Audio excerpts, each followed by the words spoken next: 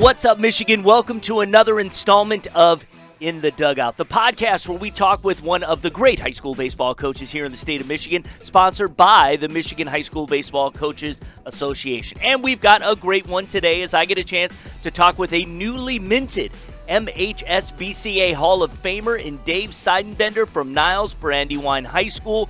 Coach, appreciate you taking a few minutes to talk today. Oh, thanks for getting a hold of me, and I'm honored to be on here. It's always great to talk about baseball. Absolutely, and especially when a day like today, we're recording on Wednesday, and I think it's going to be 76 degrees. So that's always a good thing. All right, so that we're not playing today, so I know, right? It always seems that way. It always seems that way. Yeah, it does kind of play out that way. Well, over your career, well over 400 wins. Did you ever think, one, you'd be coaching for as long as you have, but number two, being recognized by your peers as one of the best ever here in the state of Michigan to do it? Well, I think when I first started, I couldn't see myself doing anything else. So I could see myself, I guess, doing it for a long time. I didn't know how long, but as far as recognition, no, I've never thought about it one bit. I just love baseball. I like being around the sports, and if I had just 5 wins this period of time, I'd still be trying to do baseball somewhere. So just a testament to the kind of kids and stuff that we have here. So, and I like it here. So it just continued to do what we do here. So that's right. If it ain't broke, don't fix it. Just continue to do what you love to do, and be in there for these kids, which obviously is number one, I'm sure, in mentoring these young men. And was there a particular coach that you would say was your mentor, maybe the guy that you really modeled, maybe your style, when you were getting going? Well, I think as I started coaching at a pretty early age, I actually got my first coaching job before I graduated from college, and I played college baseball. But there was some like travel coaches when I was younger, or like little league coaches back then. It wasn't travel, I guess. A guy named Mike Simmons. He was I'm from Indiana, so I'm from Mishawaka, and so he was like my summer coach for a long time, and always was there for me as far as baseball goes. As far as high school coaching baseball, a guy in the area, John Donnelly, who's in the Hall of Fame. He's got 699 wins. He just retired like 3-4 years ago. Was great to me, great mentor. Got me involved with the state association as well. And I followed a Hall of Famer here. Chuck Hurdle was he's a Hall of Fame baseball coach, won a state championship in 1987. So like the last 50 years, we've only had 2 coaches. So that's just, he started in 1971, which is the year I was born. And then he retired in 99, and then I took over in 2000, this kind of thing. So so it's been 2 coaches since 1971 here. So absolutely, that's wild. So, and I know that you're more than just a baseball coach. You've had a lot of success coaching tennis. You've headed up basketball and golf too in your career. But that's not all. You're the athletic director as well. Yes. A couple of years ago, you stepped into that role as AD after longtime director Van Stratton retired. How are you holding up? Because I know it's a tough job. It's tough in the spring. This has been there's a lot of things going on. Plus, with me coaching baseball with the weather and stuff like that, and there's a lot of sports in the spring. So it's my head spins a little more here in the spring than it does any other time of the year. But I like it, and it was a good move for me. I was in the classroom for 23 years, which I loved, but it got to be kind of stagnant a little bit, I guess. And then this has been a nice energy builder for me. I definitely it's a different kind of busy than being in the classroom. So you were probably one of those guys who played everything growing up. A lot of us did who, because I'm around your age. So, we were always playing, football, baseball, basketball, you name it. But was baseball your passion if you had to nail it down to just one growing up? Yeah, I would believe baseball was the thing I did all the time. I did play basketball. I didn't really play football. I went to Mishawaka High School, which was back then was like about 1,800 students, and they even back then they wanted you to, not just stick with one sport, but like a couple sports. So I played basketball and baseball. Football never really. They always asked me to play, but I never really played. Yeah, it was baseball's been my passion since I can remember. Yeah. So I always like to ask, who was your guy growing up? In the major leagues. Like, who was your guy? My guy. Yeah. Mine was Early Steve Garvey for me growing up. He was my guy. So I was curious. Growing up, I loved Rod Carew. Oh yeah. I loved Tony Gwynn. Those Yeah. guys. And then when I got a little bit later, when I saw Derek Jeter play at Yeah. Thomas Stadium here in Niles, he played at Kalamazoo Central. Yeah. I became a Yankee fan like as soon as he got drafted. So that was my guy too. So Yeah. I'm a Yankee fan. I love Babe Ruth. I love everything to do with the Yankees. But I would still say that like Hank Aaron is probably the best player ever. I don't know. He's unbelievable. So Yeah. We could have an interesting roundtable, that's for sure. Yes. But you did have an opportunity. You mentioned it, to play baseball in college. Where did you play? And just kind of talk about that experience for you. I think you played in a couple spots, right? Yes, when I came out of high school, I was recruited by Valparaiso in Indiana, and I didn't end up going. And all my friends were going to this junior college in Southwest Michigan called Southwestern Michigan College. I had never heard of it before, and so I just went with them. I played 2 years there, then I played 2 years at Bethel College in Mishawaka. Nice. I was an All-American 2 years there, and then right at the end of my senior year at SMC, the assistant athletic director called me and said, "Yeah, our coach is leaving. Do you want to coach?" I had not coached before, Right. And so I came right out of college, and then I was a junior college coach for 3 years at SMC. Did you take to it right away? I mean, obviously you were just kind of thrown into the fire. Was there just something you were like, "Wow, I love doing this"? Well, the coaching part was great. The recruiting part, not really my comfort zone.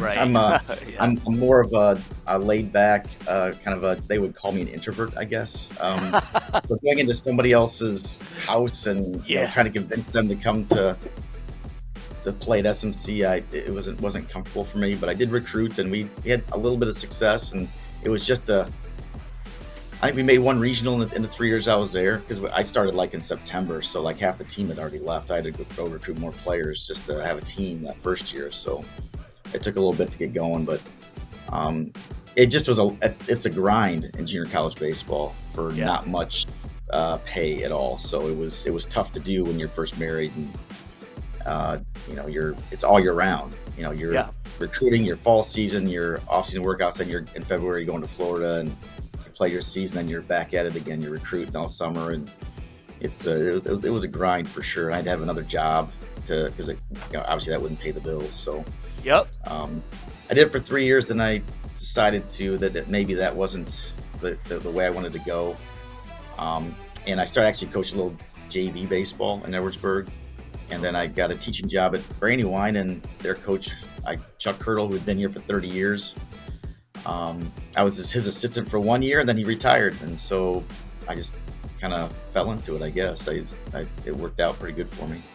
Yeah, well, those experiences when we're young, doing the grind and everything kind of helps shape you, helps you appreciate what you have and all of that. And, I try to tell a lot of the young people and student athletes, it's okay. You need to find your way. It's good to be, not to say it's good to be poor, but it's good to struggle, find your way. And, speaking of finding your way, you landed at Brandywine. You've been there for nearly 25 years. I don't know if you've had other opportunities, maybe to coach back in college or somewhere else. What's kept you there all this time? I don't know. I guess I just get comfortable, and I like where I'm at. Not that I haven't looked a little bit. I mean, my high school I graduated from, I changed coaches a couple times, and they called me, and I just didn't want to go teach in Mishawaka. I didn't want to go down there, and I liked where I was at teaching as well. So right.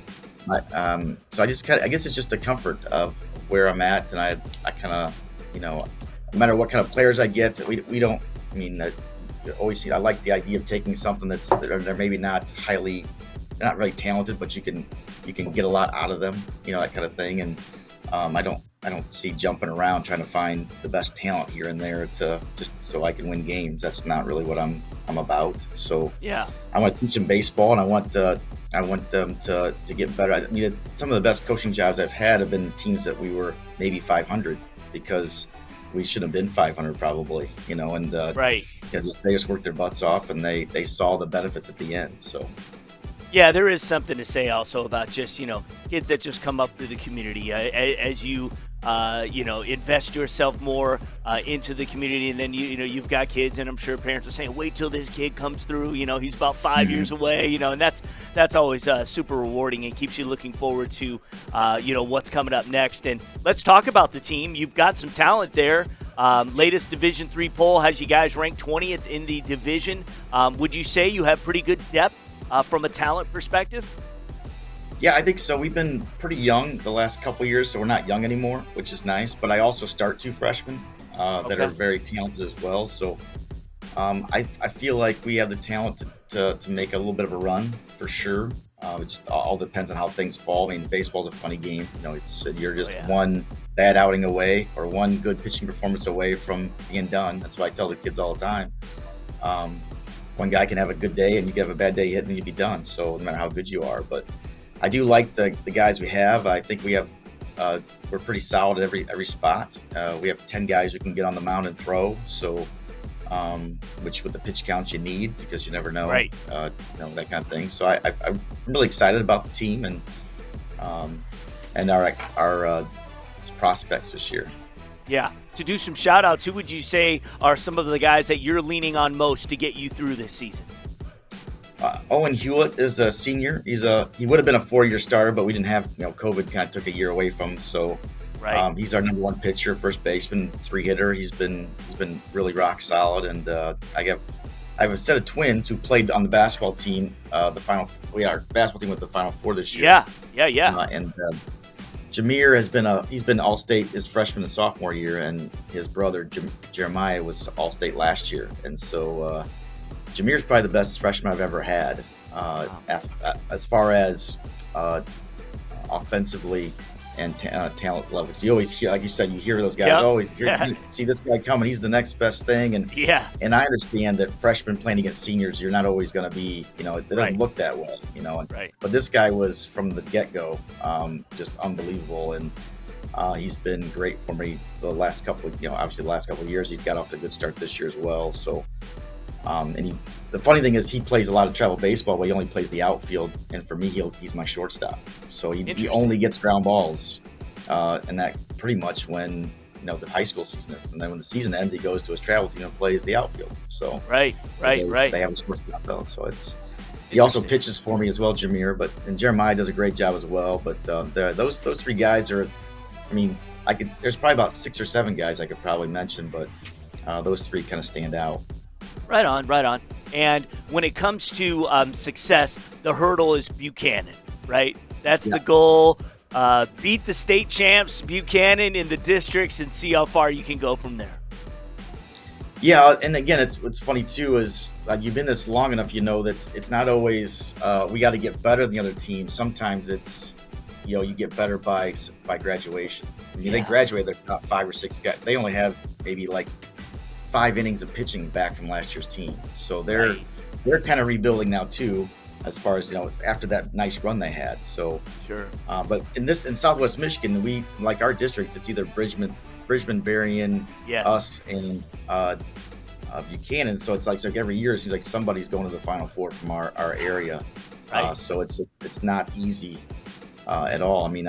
My first 8 years we had a lot of success, and then the last 15 we either get 1-run loss in the district, and that team that beats us goes on to the Final Four, the regional final, something like that. And exactly. So it's been a tough run since then. So yeah, I know exactly. It's like you've just got to get over to that district hurdle, which is, I was talking with Dan Samini a couple of weeks ago, and Liggett had really high expectations last year, and unfortunately just got knocked off right away to Edison, who made a little run. So it happens. Now, this is off topic, but I know that Brandywine is investing more in female athletics at the school, and something here at State Champs, we have a whole division. We call it State Champs W, which is really trying to elevate the attention that female sports should get here in the state of Michigan. We do a pretty good job about that, and I read that, thought it was very cool. I just wanted to give you a chance to talk about that for a minute, because I know that one of them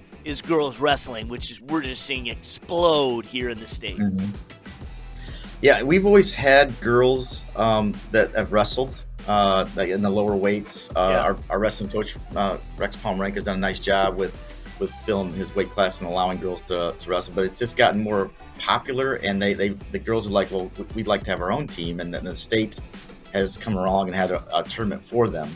Yeah. So that has helped a lot as well. And so we've tried to build that. The problem is just, like, especially in our part of the state, there's not a lot of tournaments for them, so we have to travel a lot, like great distances. Like, we're during the wrestling season, they're going to Cadillac, they're going to Big Rapids, they're going, there's nothing local, so that's like these long road trips all over the place, and we just try to make it happen for them because it just gives them something else to work for, something they're interested in. And we have a couple girls that have pretty good success as well. Maddie Ward is a girl that freshman year she placed at state. This year she did the same thing, and I think she was in the semifinals. So nice. They've had a lot of success, and we want to make sure we can build on that and give them a chance to have success in the sport that they enjoy. Yeah, and we had done a whole show back when they switched the seasons, and that kind of for some schools made it where you had a lot of opportunities, say in the fall or maybe in the winter, but the spring all of a sudden you didn't, and you guys were trying to even that out. Yeah, we added girls golf as well for the fall, which will be big for us. I just wish that the state maybe would look at switching some sports again from because the spring is just loaded with girls sports. Right. And especially for a smaller school, that's tough to field all those teams. We used to be really a powerhouse in softball, but we can't hardly field a JV team now because there's just not enough girls to fill the spots. And there's really not a whole lot in the fall. It's just basically you have volleyball and cheerleading, some cross country, I guess, but it's just there's a lot of team sports that take a lot of players to fill to have success in the spring is all. And so winter there's not a whole lot either going on as far as the girls sports, basketball and bowling. We do have girls bowling as well, but the wrestling was nice to add as a team and give them their own coach and that kind of thing. Now it's just getting the facility, getting a spot for them to practice on their own. That's another problem as far as it goes. But lots of challenges, no doubt. And we want to do actually.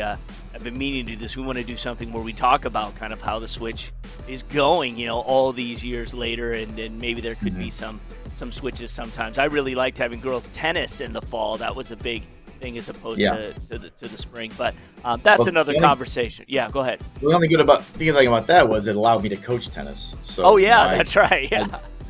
I wouldn't be. I was coaching golf before that, which was fine. I like golf too. But when they switched the seasons, we didn't have a tennis coach, and Vance, our athletic director, called me the day before the season started. Hey, we don't have a coach. Do you want to coach tennis? And it's like, I've never even played tennis. So I had racket sports in college, but that was racquetball. And he's like, well, if you don't coach it, we're not going to have a coach. So 2007, that was my first year coaching. I've done it ever since. And wow. And we just finally got courts maybe 3 years ago. We used to play at city courts. So it was really tough to get there. So I never had really freshman play, but interesting. But it's been great. The kids really have taken to it. I usually take baseball players who don't play a fall sport and say, you're playing tennis. You're going to do something. Exactly. So we're athletic. We're not always the most technically sound team, but we're one of the more athletic teams out there. So exactly. And by baseball season, these guys are at least in shape. That's the whole point, right? Well, last question is: as busy as you are, you were still on the executive board of the Michigan High School Baseball Coaches Association. Why do you do it? Well, it's mainly about Southwest Michigan because they're nothing against the board or anything but there's really only a couple guys from this part of the state to represent everybody else. So when John Donnelly was doing it, he took it over from Jerry Henman, who was at Three Oaks, River Valley, for years, a baseball coach, and so he implanted in me the idea that we need to look after Southwest Michigan as much as possible, and because there's a lot of great sports, especially baseball and stuff that goes on in this part of the state that we want to make sure they get recognized for, that the other side maybe not always can see because there's just not the publicity or media for that. And so I want to continue to pump up this corner of the state because a lot of good baseball, a lot of good sports are here. So, Yeah. and if not, then they get left out. 'Cause it just not for anything, negative towards the other side of the state. It's just it's just we're like out of sight, out of mind kind of thing. Yeah. So. I know people always equate you with like Indiana. Well, they're Indiana practically, and Exactly, or you it's like oh yeah, the Kalamazoo is Southwest Michigan. It's like, well, not really. Or Grand Rapids Yeah. is Southwest Michigan. No, Yeah. it's not. No, No, it's it's not. and that's funny. Whenever everyone asks us where are you located, the only thing I can say is we're 30 minutes or about 20 minutes north of Notre Dame. That's Right. the easiest way to, and that's how far southwest we are. So. But there's a lot. I mean, Stevensville Lakeshore. I mean, Martinet does an unbelievable job there. Obviously, Yeah. and they're great every year. Here at John Donnelly as well has done an unbelievable job over the years. And then the past coaches that I look at as like I still talk to mentor like Bob Storm from Buchanan, Yeah. Jerry Henman from River Valley. Those guys all are. I think they're legends in high school baseball, and they did the same thing. You're looking after your part of the state, as well as the whole of state of Michigan. So to make us all look like the whole state is a good sports state, which it should be, which we are. Yeah, absolutely. I think it's great, and I think the association wants to continue to celebrate that and prop up the game of baseball. Mm-hmm. And, Dave Sidenbender, I thank you so much from Brandywine for being a part of the show today. Good luck this season. Congratulations on getting inducted into the MHSBCA Hall of Fame, and we'll talk to you soon. Hopefully we'll see you out in East Lansing in just a few short months. That would be awesome. Thanks for having me.